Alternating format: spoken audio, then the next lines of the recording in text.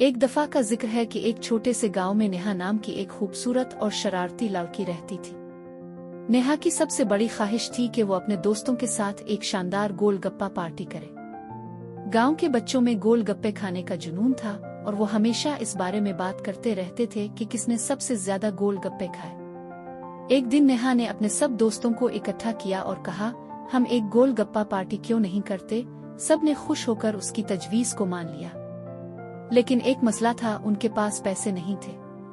नेहा ने कहा, फिक्र ना करो, हम सब मिलकर थोड़ी मेहनत करेंगे और पैसे जमा करेंगे। अगले दिन से ही सब बच्चों ने मिलकर गांव के मुख्तलिफ काम करना शुरू कर दिए। कोई सब्जी वाले की मदद कर रहा था तो कोई फूलों की क्यारी लगा रहा था। कुछ दिन की मेहनत के बाद उन सब ने काफी पैसे जमा कर लिए। अब वक्त था गोलगप्पे खरीदने का।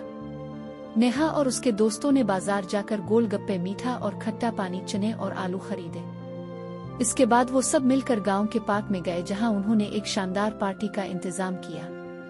नेहा ने गोलगप्पे बनाने की तैयारी की और जल्द ही सब दोस्तों के लिए गोलगप्पे तैयार होने लगे। पार्टी में सब बहुत खुश थे। गोलगप्पे खाने का मुकाबला शुरू हो गया और हर कोई कोशिश कर रहा था कि ज्यादा से ज्यादा गोलगप्पे खाए। नेहा सबको देखकर खुश हो रही थी और खुद भी मजे लेकर गोलगप्पे खा रही थी। अचानक नेहा को ख्याल आया कि वो सिर्फ गोलगप्पे खाने में नहीं, अपने दोस्तों के साथ वक्त गुजारने में भी खुश है। इसने सबको कहा, ये पार्टी सिर्फ गोलगप्पे खाने की नहीं बल्कि हमारे साथ वक्त गुजारने की है। सबने नेहा की बात से इत्तेफाक किया और गुपशप और हंसी मजाक शुरू कर दिया।